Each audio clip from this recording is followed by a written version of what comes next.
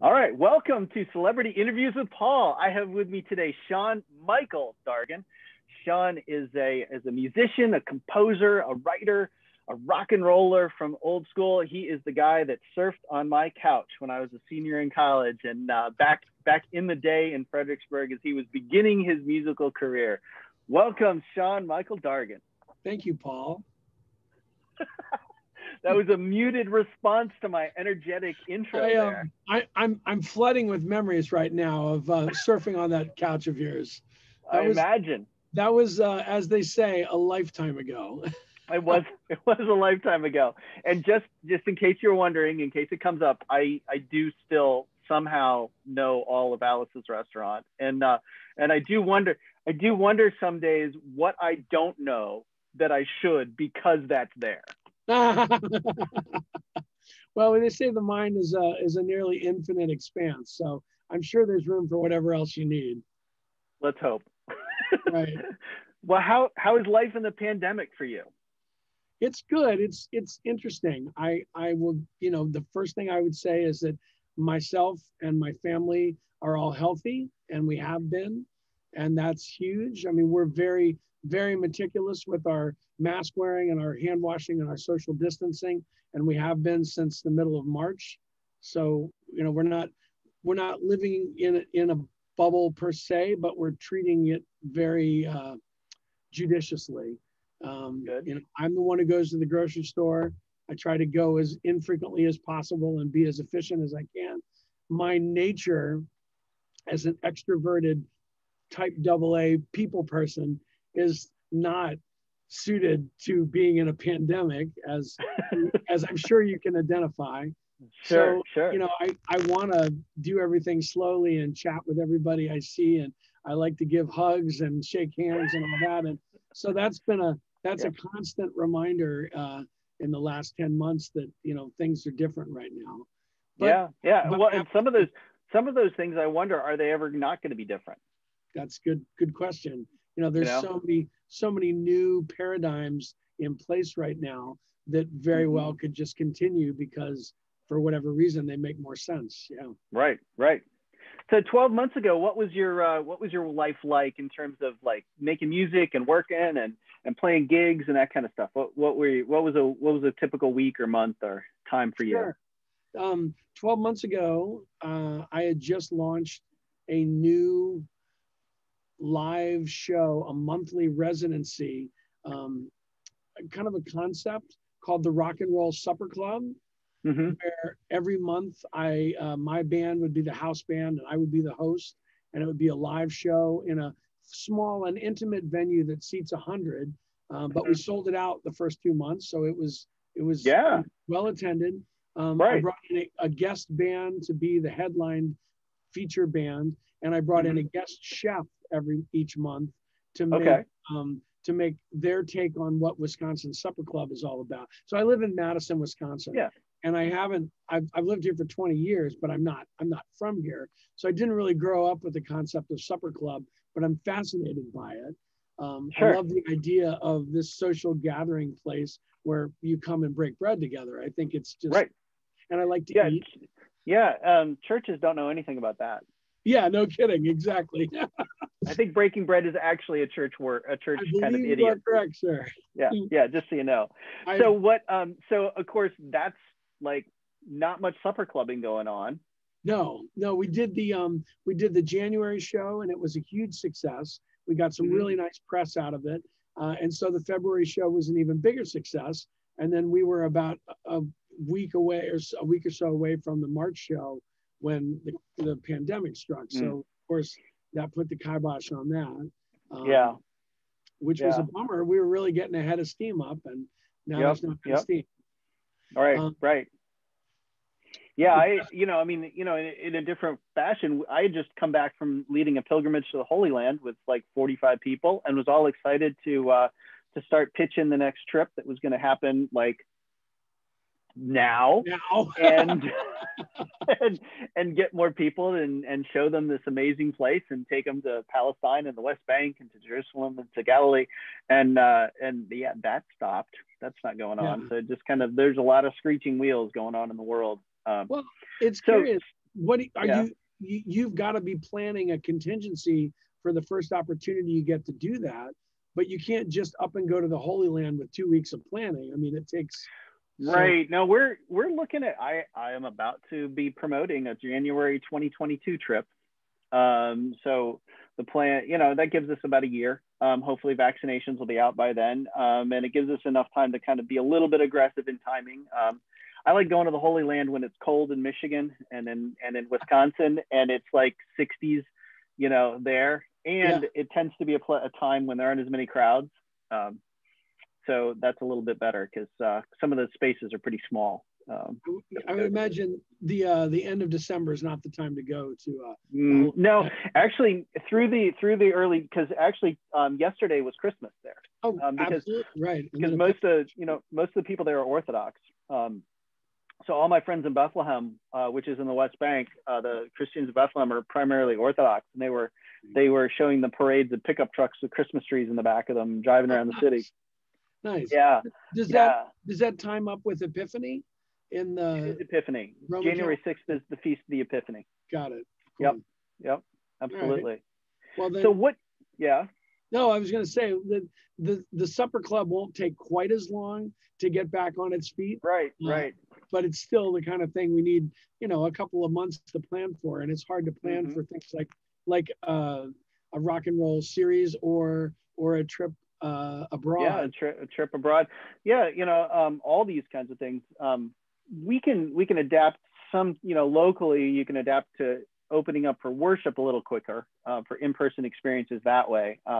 And we've been able to do that some. We had to shut down again in November just with the prevalence of the COVID in the community. Sure. So, but it's a little bit easier at this setting, in this context, to do that kind of thing on a week-to-week kind of basis even. Sure. So, yeah. Well, that equates to like my going to play a gig at the corner, pub is a little bit easier to book, and so I'm looking forward to that as well. I bet. I think everybody's looking forward to something again. Definitely. So you write songs. Do you wake up in the morning and start writing? Do you wait for your muse to inspire you? Do you hear something and you keep a notebook and write stuff down all the time? I do. I keep I have a plethora of notebooks, little bitty ones like this, and bigger ones still. And I do write in them constantly. I try not to wait too much for the muse because the muse is busy and visiting lots of people. So my experience is probably more the 99-cent perspiration, 1% inspiration sort of thing. I do keep. I'm an excellent keeper of notes. Sometimes I'm good in the process of the songwriting itself when I'm actually in the trenches slogging it out. I'm good at that. Sometimes it's the connecting piece between the two, taking the notes from the miscellaneous notebook entries and turning them into something that really has some purchase. Right. I know that I think sometimes too, I preach on a weekly basis. So I have to create this new presentation, new sermon every week. And I know that, sometimes the muse comes because I've actually just put my butt in the chair and started to work. Right. Most definitely. So, yeah. So there's that aspect to it too. I would expect too. Indeed. And one of the things, as I'm sure you can appreciate, is there's the work that we do, the capital W work, the important work that we do, which arguably, the work you're doing is arguably capital W work. It's very important. Yeah. I like to think that the artists do important work as well, but it's easy to get caught up inside of our own little, thing. There's the work of life, which is, you could say distracting from the work of art, but there's this dance between the two that has to happen. It's just as important to make supper and take out the trash and help your kids with school as it is to sit down and write your, the glorious song that I've been working on. And I really want to do that. Oh, speaking of which, what glorious song have you been working on? Right now. So I'm a big fan of a band called The Replacements. Yep. Band from Minneapolis. And they have a song called Alex Chilton, which is a send up about a famous guy who was the head of another band called Big Star, right? So Right. I have been thinking for years that one of my favorite people in the sort of Alex Chilton-like luminaria, who's still around, alive and playing and brilliant, is named Richard Thompson. Okay. So Yeah. I've been trying to write my own take on a song about Richard Thompson that's not homage to Richard Thompson, huh? Exactly. Yeah. And I'm a huge fan of Richard Thompson. I play a lot of his music. But the Vincent Black Lightning and all. Absolutely. My goal is to write a song that is sort of, again, I think Paul Westerberg did a really good job of writing about the essence of Alex Chilton without it being too drippy and, you know, right. Not like I know there's some Robert Earl Keen he has the song called The Bluegrass Widow, which is a collection of really he took a bunch of bluegrass song titles and just strung them all together. Yeah, which is a fun song and a cool song, you know, and he's got a good story to go with it. Right. But you want to write something that's more of an homage rather than just steal a bunch of lines. I'd like to capture the spirit of the artist, you know, the man. I've been working on that song for a couple of weeks now.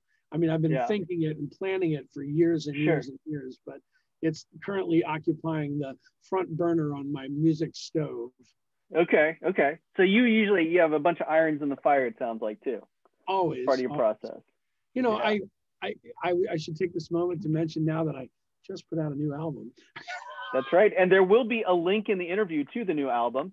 And you did this during COVID, right? Everybody socially distant and recording separately and contributing. Everybody in their own separate studio and emailing me their tracks once they've recorded the drums. So now you said one of your favorite songs from that is Praying Mantis Window Pane. Is that the one? That's the one. Yeah. That's the one. Can you sing us a bar or two of Praying Mantis Window Pane? You got your guitar there.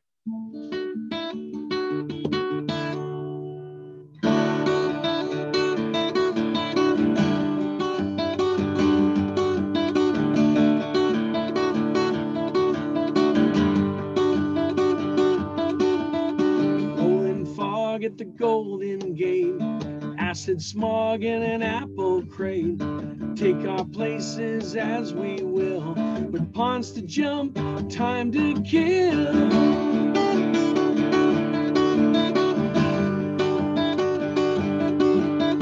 Stole the dark out of the night, hid the Polaroid from sight. Down the road and back again, a praying mantis window pane. Escher's sleeping Bishop's woodcut dream, a femme fatale in brilliant leafy green.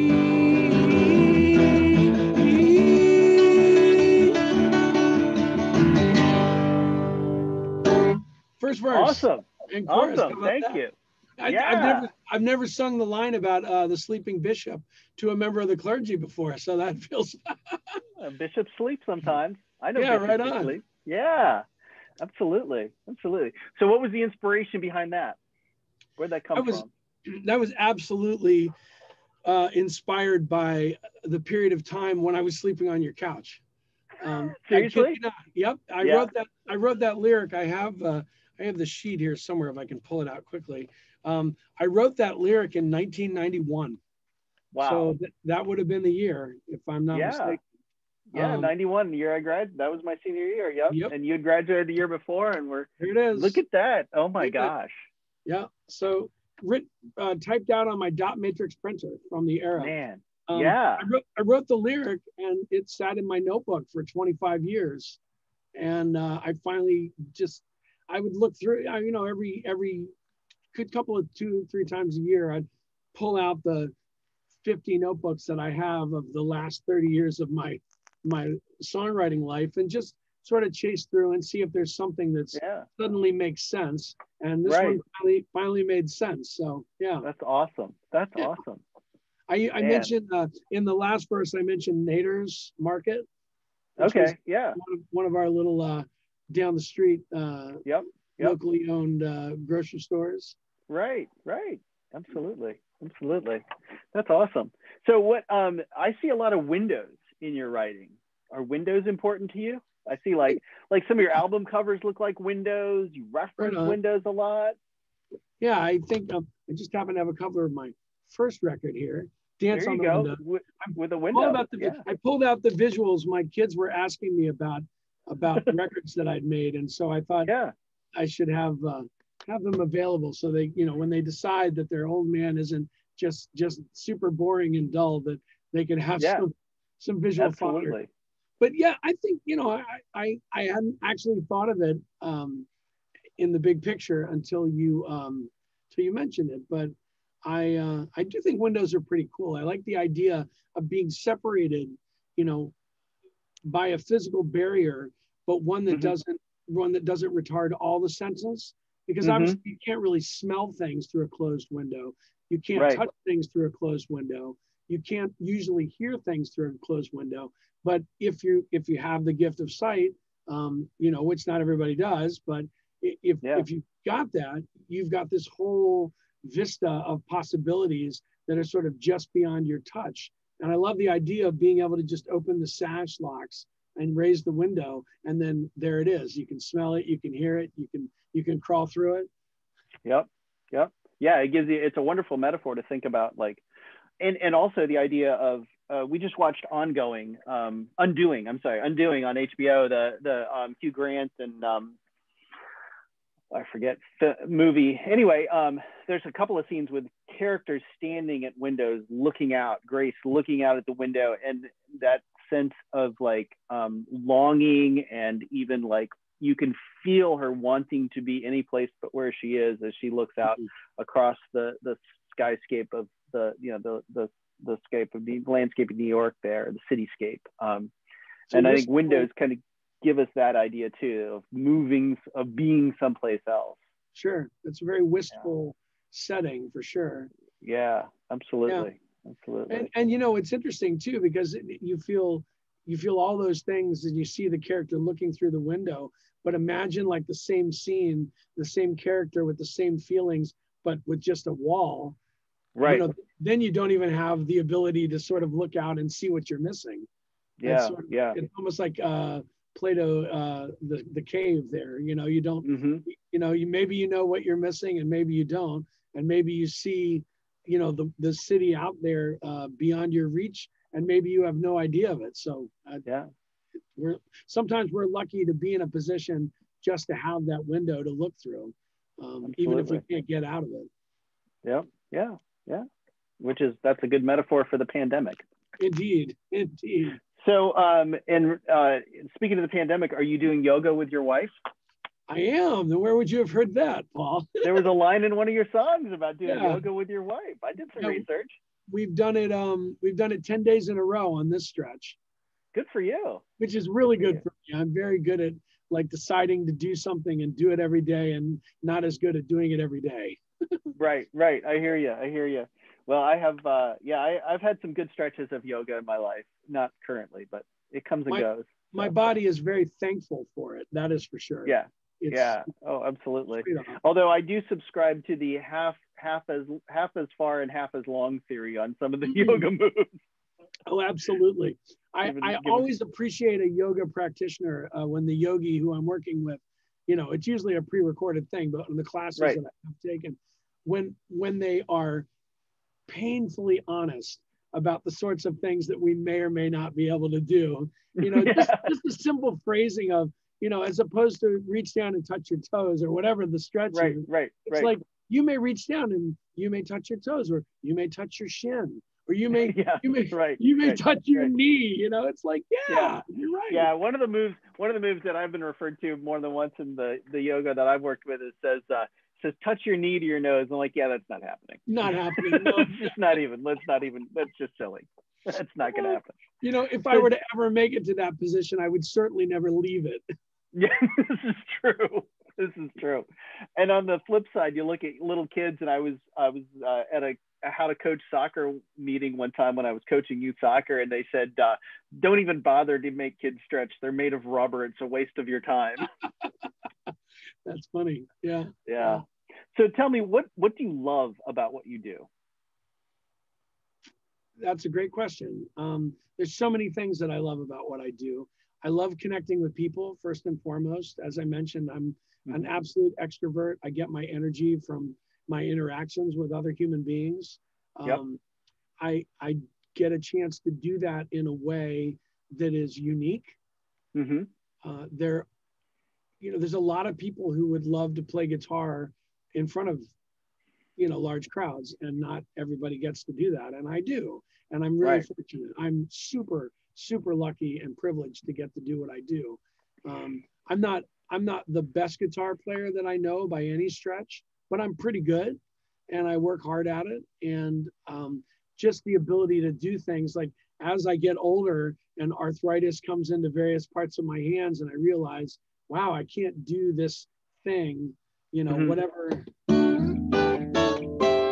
whatever the thing is that I can do right now, it's a little harder today than it was, last month, last year, when I was 20. And I try to be mindful of the fact that it's probably a lot easier for me to do right now than it will be next month, next year, when I'm 60, So I feel super fortunate. I love singing and I love playing guitar. I love playing all the instruments I play, but guitar really is the one that I enjoy the most because I get to sing while I do it.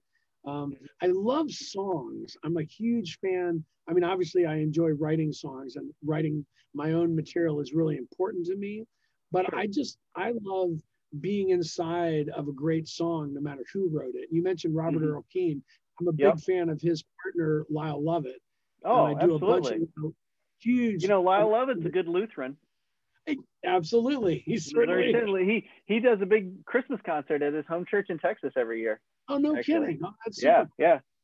I love Lyle Lovett. I love Todd Snyder and for sure. Little Haynes Carl. I've discovered Billy Joe Shaver just after he died, unfortunately. And of course, we lost Jerry Jeff Walker this year, and John Prine. Bunch of great singers. It's been a hard year for musical losses, for sure. We lost. Absolutely. For those on the heavier rock end of things, the drummer Neil Peart from Rush passed away earlier this year as well. Yeah. Are you a fan of Jason Isbell? I will be. Yes, you will be. I guarantee it. All right. It's Isbell. I found a bunch of guys, Pat Green and some of these guys that play in Billy Bob's, Texas. Anybody that plays, and I tell you what, I love me a live album. Oh, sure. There is an energy and a vitality to a live show. I would rather listen to a live recording any day of the week over a studio recording of anything. Right on. And I don't even care if like the vocals aren't as crisp, or if the singing, if the music isn't as perfectly perfect, I don't care. I'd rather listen to live every time. There's something magic about a live performance, without a doubt. And really, I think you really hit the nail on the head there. In a studio, you can tweak, you can do 20 takes, you can do all these things, but when you're live without a net, you just you step up to the plate and you take your swing, and that's it. And even if you don't execute 100% from a technical perspective, if the energy and the emotion is there, that can really carry the performance. Since over the last couple of years, I've been telling stories at the Moth Story Slams. Really? Good for you. Yeah. I've actually won a couple, even to my great joy and distinction. And there is a wonderful energy telling stories at the Moth. That is different. And one of these years, I want my congregation to receive me when I walk up to preach, as they do at the Moth when I get introduced to tell a story, which is like raucous screaming after a profanity-laced introduction. Yes, indeed. And one Sunday I'm going to get that. One Sunday.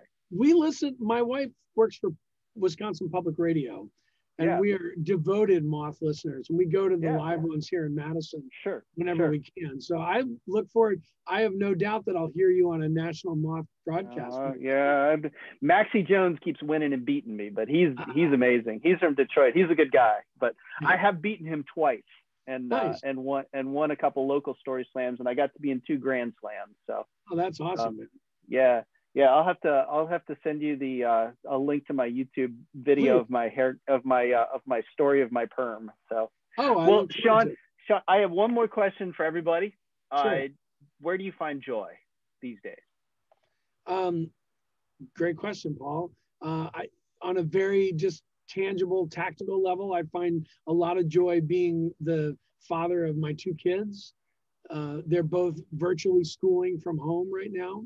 And, they're virtually schooling. Yeah. That means they're virtually being educated too, which means not ready. Not really. Yeah. Not much. Yes. Yeah. Yeah. I actually homeschooled my kids for several years. Okay. They're back in the public schools now, just coincidentally. Yeah. Just in time to not be there. Yeah. Yeah. But yeah, I really dig this gig, being their dad. I think it's great. It as I mentioned, it's the thing that takes me away from writing songs as often. I just can't focus on my art the way I could when I was single, or specifically when I didn't have kids. But the trade-off of it is absolutely worth it. In addition to the inspiration they provide in lots of ways. Most definitely. I've written some really great songs that were inspired by those kids. So absolutely. Well, thank you, Sean Michael Dargan. Thank you for your time. Thank you for your music. Thank you for your art and your contributions to the world and the gifts you share. There'll be links below to Sean's page on Bandcamp and to his website, so you can check out some of his music and download his albums and buy him and help him continue to put food on the table there in Madison. And thank you, Sean. Thank you, Paul. Thank you for having me. What a treat this was.